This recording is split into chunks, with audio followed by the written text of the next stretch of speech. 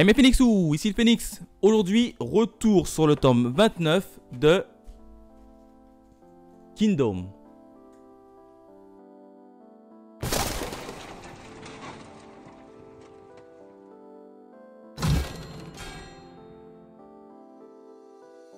Comme d'hab, on démarre par la présentation du tome avec la jaquette et les bonus. Alors au niveau de la jaquette, elle est tout simplement magnifique.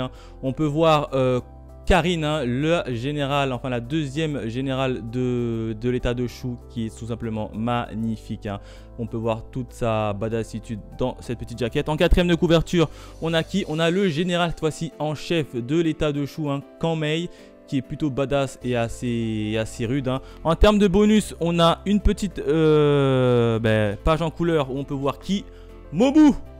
On peut voir le terrible Mobu en difficulté. Et j'adore vraiment cette jaquette, elle est tout simplement magnifique. En termes de bonus, on a quoi? On a la présentation des différents personnages comme d'habitude dans ce manga. Et enfin, on a une petite bande dessinée un peu hors série sur les personnages. Voilà ce que je pouvais dire en termes de bonus. Maintenant, passons à la partie review. Alors, qu'est-ce qui s'est passé au niveau de ce 29e tome? Et bien, principalement 3 événements. Et le premier événement, c'est l'apparition de Uzen qui sauve les miches de l'état de King. Tout simplement parce qu'il arrive dans le dos de Ordo. Ordo qui pensait que Uzen avait tout simplement fui. Il arrive dans le dos d'Ordo et massacre purement et simplement une partie de l'effectif de Ordo. Du coup, il sauve la mise à King tout simplement. Et il réussit à faire prendre la fuite à Ordo. Alors je pensais franchement que Uzen allait attraper Ordo et le tuer. C'est d'ailleurs le pari que j'avais tenu pour ce tome 29. Mais non, malheureusement, il a seulement réussi à le mettre en fuite sans pour autant le tuer. Donc j'ai encore une fois perdu mon petit pari. Le deuxième événement est l'un des plus importants de ce tome 29. C'est la mort d'un général et pas n'importe lequel, puisqu'il s'agit du général Kanmei. Le général en chef de l'état de Shu vient de perdre la vie face à Mobu après un terrible combat entre les deux personnages.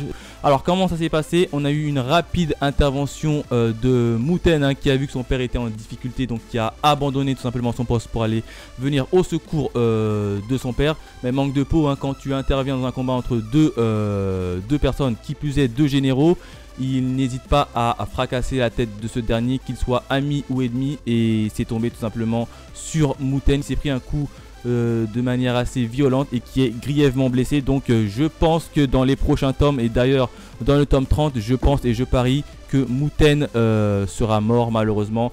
Le petit rival de Shin perdra forcément, enfin je pense qu'il va perdre la vie dans le tome 30, d'autant plus qu'une fois qu'il a été touché et grièvement blessé par Kanmei, je crois que c'est lui qui le blesse, T'as son père qui le regarde et qui le dit, et puis quoi encore, fallait pas qu'il abandonne son poste. Donc son père l'a complètement dénigré en disant, bon après il s'est rattrapé en disant comme quoi c'est quand même mon fils, il va pas mourir pour une petite blessure. Donc moi je pense quand même que Muten, les jours de Muten sont comptés et qu'il mourra malheureusement dans le tome suivant. Et on démarre cette troisième événement et dernier événement avec Karine la stratège. Alors pourquoi je dis Karine la stratège? Tout simplement parce que quand tu la vois comme ça au début, tu la vois, elle est un peu feignante, elle se croit la superstar de la guerre. Mine de rien, elle arrive quand même à placer ses pions là où elle veut. On l'a vu notamment avec sa diverses attaques d'éléphants de guerre dans les chapitres précédents. Et là maintenant, elle décide d'envoyer 5000 soldats essayer de contourner et de prendre à revers la porte de Kankoku sans que personne ne sait. Et ça, c'est une grosse prouesse quand même. Alors moi, je l'apparente vraiment, Karine, similaire à Kanki. Je la trouve très rusée. Les deux, je les trouve très rusés.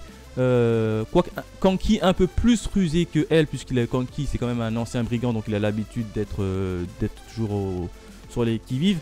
Mais Karine, je la trouve très similaire à Kanki. Je pense que les deux, s'ils finissent ensemble d'ailleurs, Kanki versus Karine, ce sera vraiment un magnifique combat que j'aimerais bien voir entre les deux. Voilà ce que je pouvais dire sur le tome 29 de Kingdom, un tome plutôt riche qui a encore une nouvelle fois vu la mort d'un général, et pas n'importe lequel, puisque c'est le général en chef de l'état de Shu. J'ai vraiment envie de savoir quelle sera la réaction de Riboku, hein.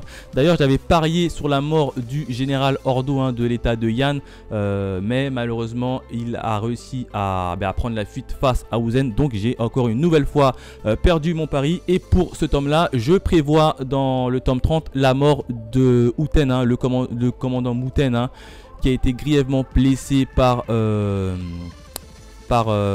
général de l'état de Shu, hein, Kanmei. Donc je pense que Muten va mourir malheureusement dans le tome 30. Allez, on prend les paris. Ah, au fait, j'avais oublié en termes de notes, hein, je leur ai mis bien évidemment la note de 5 étoiles sur 5, tellement que ce tome était puissant. Voilà, n'hésitez pas à me dire dans les commentaires si vous avez apprécié ou pas votre lecture. Si vous pensez également que Muten sera mort dans le tome 30, tout simplement, dites-moi tout en commentaire. Quant à nous, on se retrouve très vite pour de nouvelles aventures. Allez, bye mes Phoenixos.